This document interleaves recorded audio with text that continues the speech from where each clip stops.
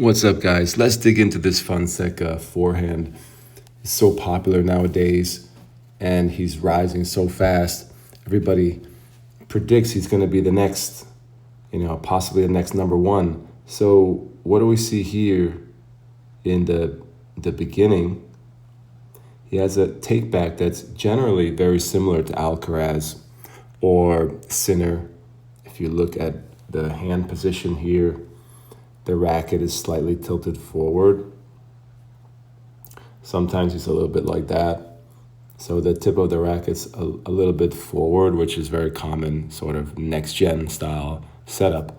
And he holds on to the racket typically until he reaches a full stretch in the backswing, in the takeback, not the backswing. But that's very common. We talked about how Alcaraz does that and also Sinner.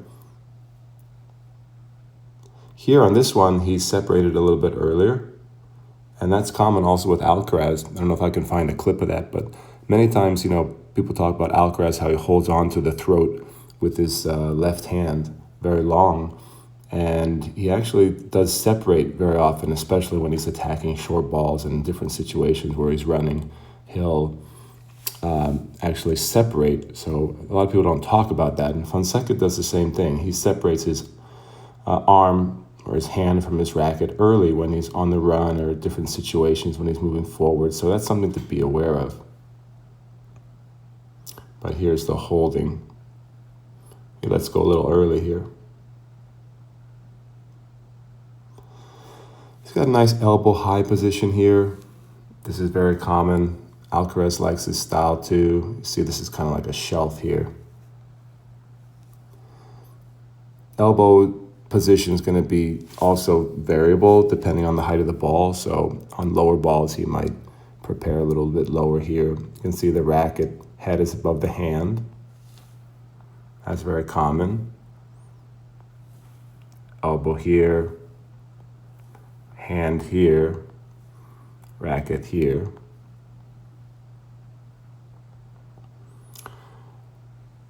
Fonseca does a great job with the semi-open stance. He's very aerial. That's one thing that I think people can take away from and learn from, is that you can be aerial and be in control.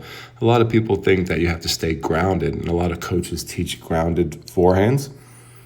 I understand that. Like, Sinner's a lot more grounded. Fonseca's very bouncy and energized in his legs. I'll show you later that he does a classic Spanish footwork, which is called the double rhythm, the doble ritmo, where he sort of side shuffles to the ball and then lifts off the ground. So that's kind of a common style in Spain that was taught by the great Pato Alvarez, and Fonseca does that very well. He explodes a lot. He gets in airborne a lot. So let's see if he does it on this one. But look at the good loading. One of the things I like to work on with my players, and another takeaway, good takeaway for you guys, is the left knee here. Everybody talks about bending the right knee. So you could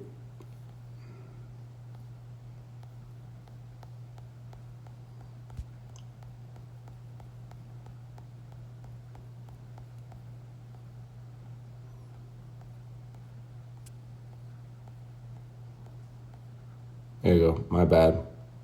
Left knee, and you have the right knee here. So you definitely want to bend the right knee, but you also want to get the left knee. And sometimes I will call that 90-90. Get a 90-degree right knee bend, 90-degree left knee bend. And he does that very well. Like, this is very prototypical semi-open stance. And he does this frequently. Look how much his trunk is coiling here. That's very important. So the trunk is rotated. He's got his chin on his shoulder. That's a key point. Chin to the shoulder right here.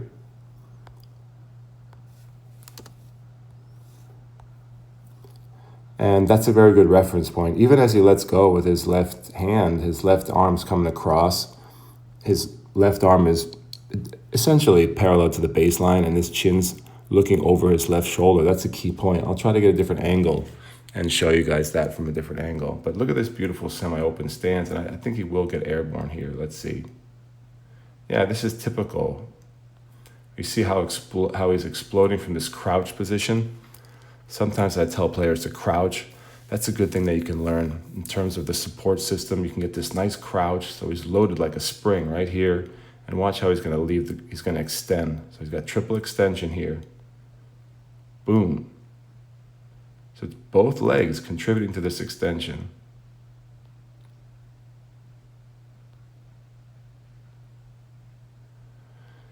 As he's firing the legs, the racket's going to get pulled through.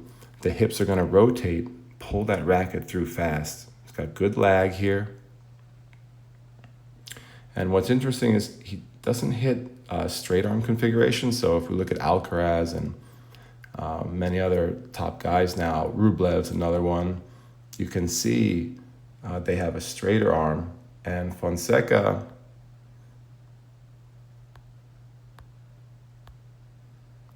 it's definitely more of a bent arm configuration. I don't know if he gets 150 degrees or more.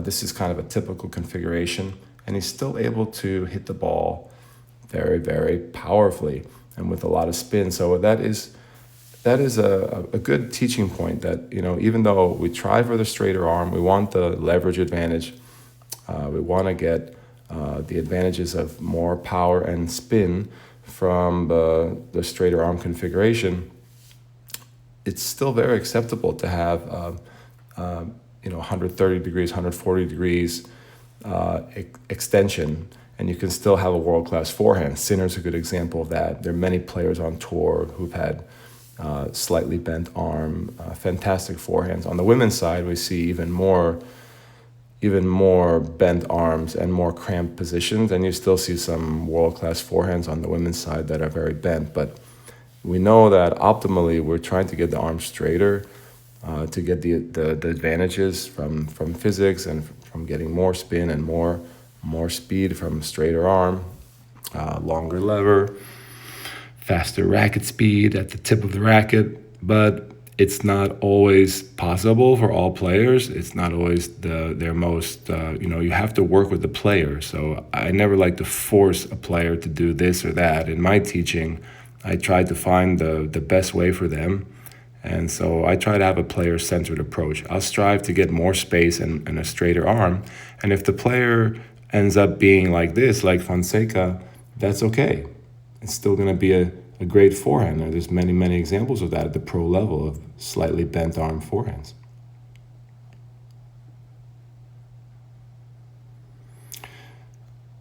This is always what I work on. Look how his body's facing forward, facing the net. Eyes are down, which is interesting. Look where the eyes are. That's something I focus on a lot. Eyes are at the impact. Body's rotating in midair. He's literally in the air with both feet off the ground. And just another key takeaway for people, look where the racket is. The racket's lagging.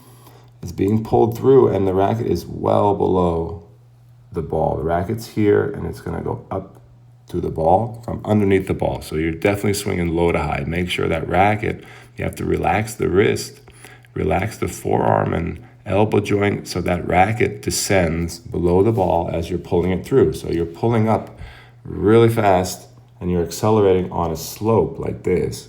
That's very, very important for, even for casual players, recreational players, and for top juniors, is to get that racket below the ball and accelerate upward. Fonseca does a great job of that. I'll show you a number of examples of that. And this is going to give him tremendous topspin and shape.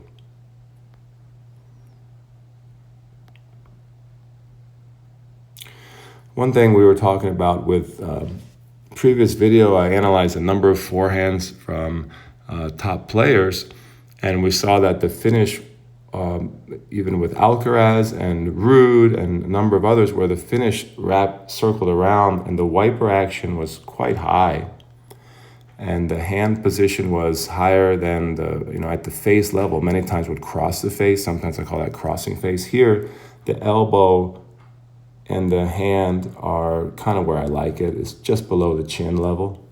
I don't know if you can see that clearly here. If you just look at where the follow through, how the arm is wipering, which is called internal shoulder rotation.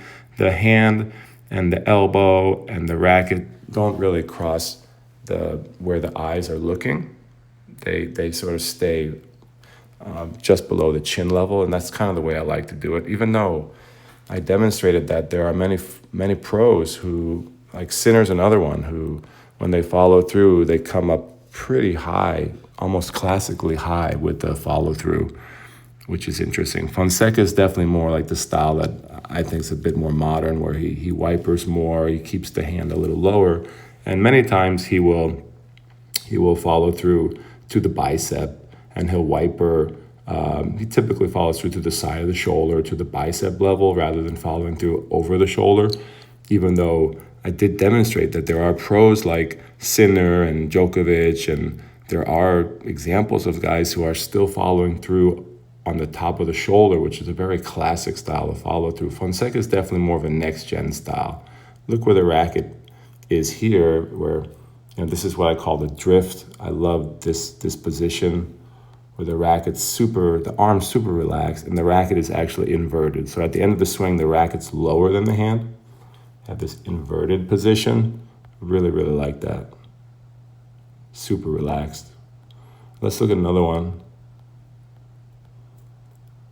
All right, this is what I was talking about with the double rhythm footwork. So this goes to show you, some people say the double rhythm is dead, the Pato Alvarez footwork style, and this is something you can definitely take away. Look how he shuffles through the ball.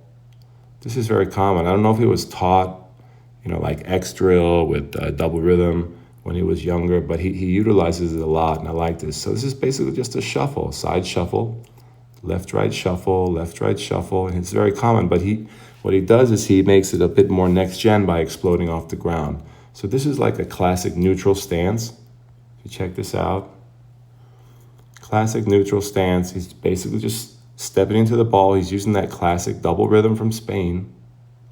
Double rhythm is a famous footwork pattern that the great William Pato Alvarez, a legendary Spanish coach, was religious about. He taught all his players the double rhythm and became a famous footwork pattern from Spain. That's the history of the footwork in the 70s and the 80s. Even earlier with Pato, possibly in the 60s, he started doing that. This one he didn't jump. I have another one later where he jumps. So this is a bit more traditional double rhythm. So the ball's shorter. He's moving forward, shuffle, shuffle. And then here, he doesn't quite leave the ground. He extends his legs, and he lifts only 1 foot off the ground. So this is the foot that came off the ground. This is very instructional. You can totally take this away and copy this if you're trying to learn or if you're trying to teach this.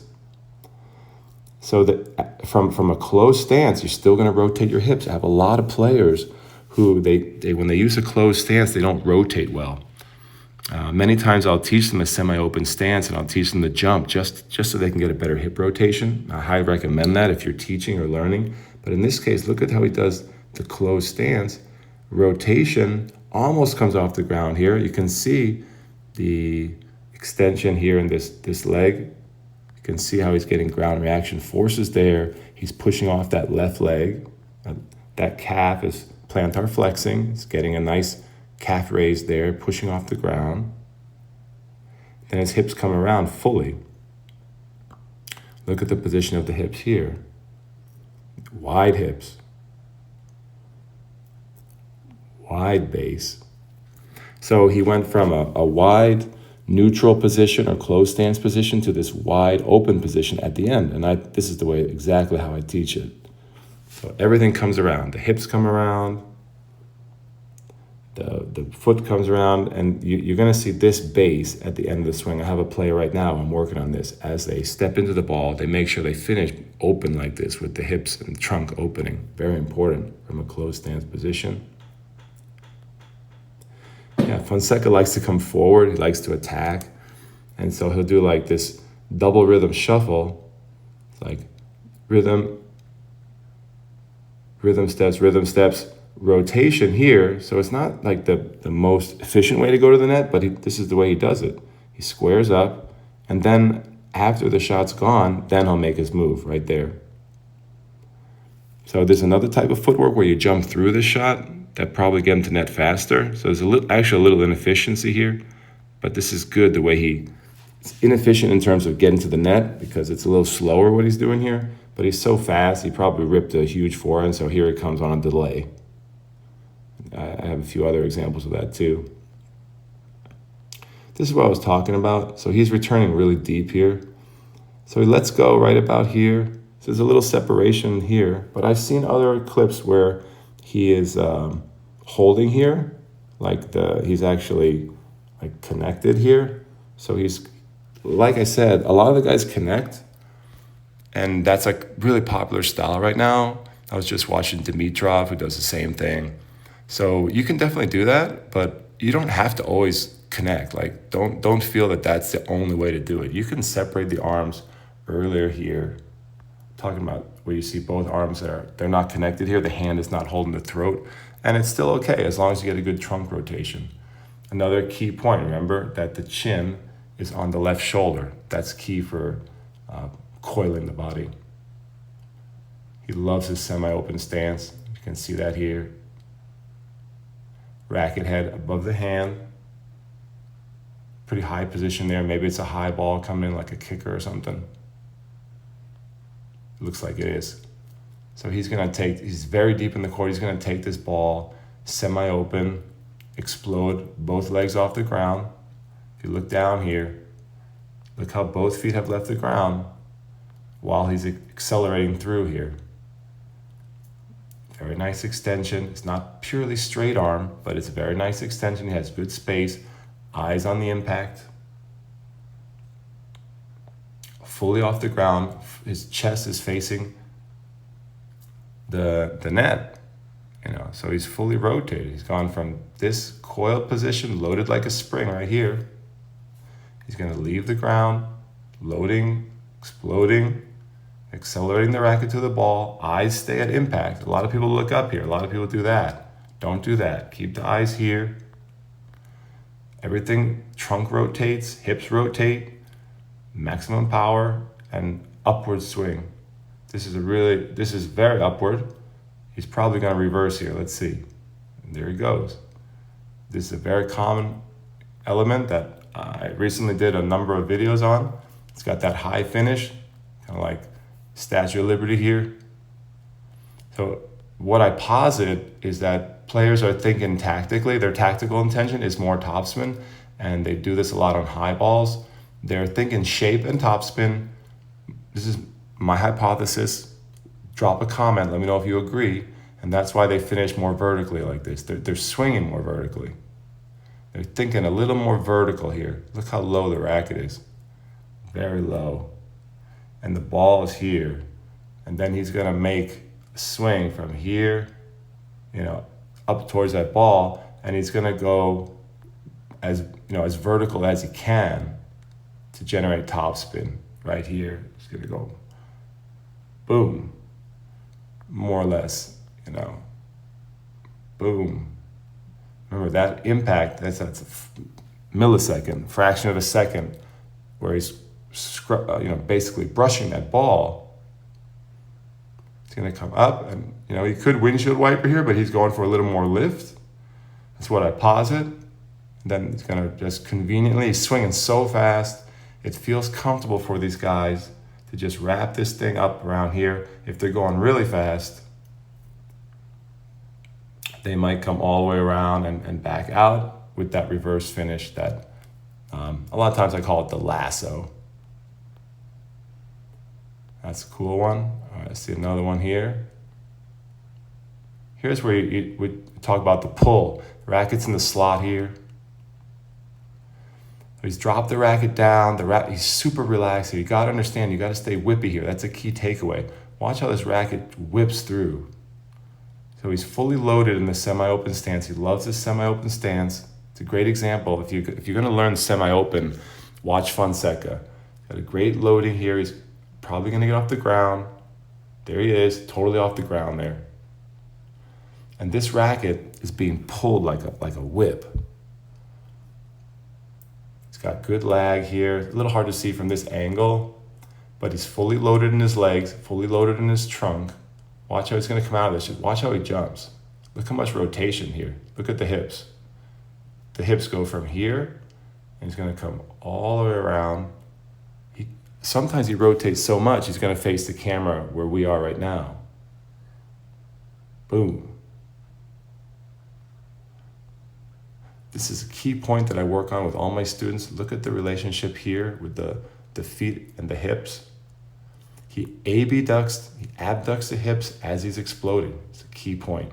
His hips actually get wider as he's flying in the air, as he touches down. He touches down approximately the same time. The best way to learn from this is try to touch down. When you fly, when you jump, touch down about the same time. Here the right touches and then the left touches. Similar moment. That's the best way to think about it. Sometimes it does land first, the right lands first, but then you're gonna get this nice stability and nice wide hips.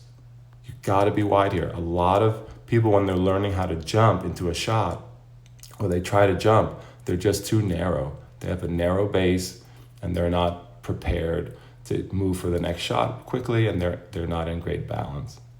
Here he does another reverse, check that out. So he's pulling this racket through. Look how low this racket is. Again, racket's down here, ball's here. So you know when you see something like this, you're gonna get big, big topspin. He's whipping that racket through upward. Remember, upward acceleration. You wanna swing really fast, full rotation of the body, pulling that racket through and get that, and try to swing up on a slope. Swing up a ramp is what I say a lot. That's a good takeaway. Swing up a ramp. But it's gotta be loose and whippy. So he's definitely thinking topspin here. This one, doesn't seem to be super late here. He's got plenty of time. He's way behind the baseline. Meets the ball pretty early, and he's just gonna flick this thing upwards. He's gonna lift that racket up. He's trying to get shape and spin here. The racket's actually facing that way at the end. This is more of a hook. Hook is when you just come straight up to the right side of the shoulder. Lasso is when you come around the left side of the head and wrap it around. So lasso is more like that, and a hook is more like where you come straight up on the same side. Kind of interesting. Different variations of the reverse finish.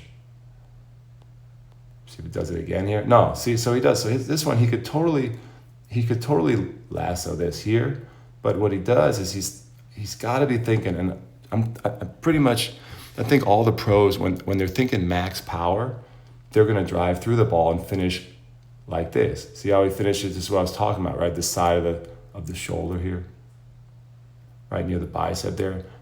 That's how guys, when they're thinking about max power, you don't see max power shots with the reverse or with the lasso. Even for a guy like Nadal, who made the lasso famous. If we analyze it, I have to check some stats, but maybe someone who's checked the stats on forehand speed. Do we ever see forehand speeds over 100 miles per hour that are lassos? I don't think so. Lasso swings tend to be more spinny and a little bit slower because the guys are thinking shape and spin. When the guys are hitting max, but when we see 150 mile per hour forehands or 120 mile per hour forehands, really fast forehands on tour, they gotta be this type of finish, right? You guys agree or disagree? This is a really common setup with the left arm. I call this the shelf. I don't know if you guys can see that. It's a little blurry here, but the left arm, it creates a shelf. And then the right arm follows through with the racket and just sort of sits on that shelf at the end of the swing. This is a common sort of next-gen wiper finish. This is the way I normally teach it, as opposed to, if you check one of my previous videos that we posted, we talked about a lot of the higher finishes like Sinner. Ruud does that a little bit. Djokovic is the example of that, sometimes finish high, higher on top of the shoulder. Fonseca is definitely more the style that I teach, but look, if you like to follow through a little higher, there's certainly room for that. As I said, at the end of the day, it comes down to the player's individual preference and style. We can try to fit them to a biomechanical model, but at the end of the day, this is an art. Coaching players, coaching technique is not always a science. I love science. The scientific method is amazing, biomechanics, understanding the science of the biomechanics is amazing. But at the end of the day, you're working with these kids, or you're working with players, or you're trying to help yourself, and you're going to develop your own individual style. That's a key takeaway too. You can't put everyone in a box and make them all like robots. This is an art as well as a science. What I believe is you set the technical parameters, you know what you want biomechanically, and then you try to work with good parameters for each player. And every player is going to be an individual. They're going to develop their own individual swing. And if you're learning for yourself, your swing is going to take on a certain individual style. You're going to have some idiosyncrasies that are unique to you. And if it's working for you and you have something great, don't try to change that and make it into something else just because somebody else does that. That's their particular style. But the more you can align your technique with good biomechanical principles, things that we know from high-speed video analysis or from 3D motion capture and from science, our understanding of anatomy and physiology, that's obviously optimal. But at the end of the day, every swing is individual. Here's that classic open stance that he loves. This is exactly how I teach it. Look how he's loaded here like a spring. Look how he's crouched. Look at the angle in his left leg here. I work on this a lot with players. Like I said, approximately 90-90. Super loaded, like he's super crouched here. And if this is going to allow him to spring upwards, which he loves to do. Both feet come off the ground, and this is not even a high ball. He's going off the ground, right there. Look how he springs. Boom. As he's springing upward from the legs, the racket shoots forward.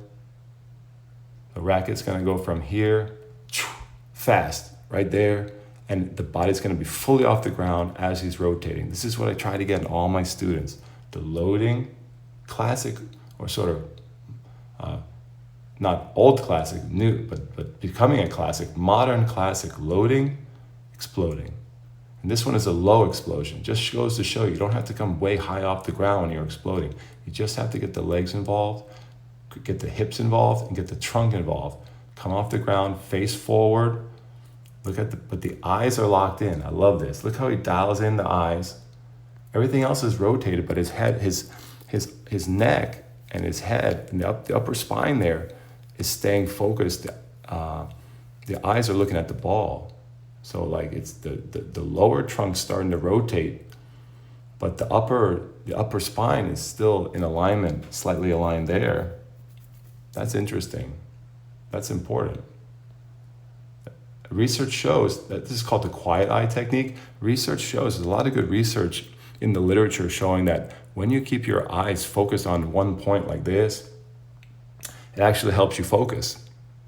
It actually helps your concentration, not just balance or like visually watching the ball, but it actually helps your concentration and helps you perform better. It actually helps you to stay more calm. Very interesting research, some of the advantages of keeping the eyes focused on one spot during a sport movement, like a golf putt or a golf swing or a basketball free throw, for example, a basketball shot, and in this case, the tennis swing. There's a lot of research if you're interested in the research, you can look up Vickers. Her name is Joan Vickers, PhD, Vickers, and she's done a number of good research studies about the quiet eye technique and how it helps with concentration, may even reduce certain biomarkers like blood pressure, and increase calm, and ultimately help the performance, the accuracy of a shot. And it's not related to the vision, the visual field. It's not related to the actual vision. It's related to areas of focus, most likely. Maybe more psychological benefits to doing this. A lot of people think there's like physiological reason that people do this. Maybe it's good for the balance, but there's psychological. Here's that classic finish that I like, modern classic. So he's not as high as some guys. Maximum height of the hand, still kind of below the chin, doesn't block his eyes, so he doesn't cross his eyes, doesn't cross the full face like some guys do here. He likes to wiper a little lower, so it's a lower wiper. And I like this configuration. I like this very much. So if you remember, at the beginning of the swing, the racket's above the hand. And at the end of the swing, this is a good way to think about it. At the end of the swing, the hand is above the racket. The racket is lower than the hand. Now I call that the inverted configuration or inverted finish. If you get inverted like this, it really helps you to stay relaxed throughout the whole swing. If you think about the inverted finish, it does help the whole swing. I think we got a couple more, one or two more here. Boom, this is a little straighter extension and another reverse. No, it's not a reverse, but this is a partial upward swing here. This is a little more extended. You see his arms straighter here. Look how he locks in the eyes, a la who made that famous Federer. A lot of top guys started copying Federer to do that, just as a lot of top guys copied Rafa with the lasso. See what we got here. Okay, here's what I'm talking about. I wanted to finish with this. Like, look, this is a classic double rhythm. He's going inverted. He's taking the inside out for a ball from the middle of the court or slightly inside out. Look at the shuffle steps. Boom, boom, boom, boom, and then in the air. I think this is a key takeaway for everybody. Check this out. It's really good. He's moving to the ball with a side shuffle. A lot of people say side shuffle is too slow, but if you're a good athlete and you move quickly, you can definitely side shuffle. See how many he does here. Look at this. This is classic double rhythm. Pato Alvarez style, Spanish style. 1, 2, 3, 4. Now he's got a wide base. You know, what's cool is he's going to come way off the ground here. So he's got a neutral stance, very wide base. Watch how he explodes here. This is classic Fonseca. Whew, way off the ground. So he's flying here. He's flying up into the ball, left foot forward. Sometimes this is called a front foot hop. And that's a little bit more efficient way to go to the net as opposed to the other one we talked about earlier, front foot hop. And he combines it with this wide base landing. I love this. Look how wide he gets. This is what I'm talking about. He's wide here, the wide base before the shot. I work on this all the time. It's a great takeaway for you guys.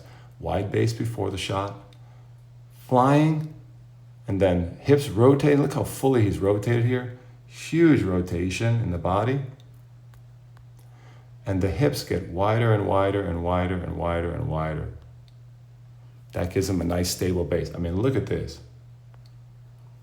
This is the triangle that I talk about. I work on this with a lot of players. Get that triangle base, wide base. That gives him a lot of support, and he's ready to move forward. He probably comes to net here. Yeah, he likes to move, you know, because he has so much whip and rotation, he doesn't actually flow to the net as fast as he could.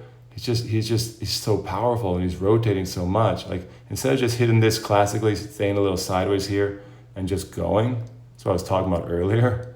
He's so powerful, he's rotating so much that his hips come around so much from the energy that he's producing that he can't really run straight to the net here. He has to like complete the movement, land, and then he's gonna go.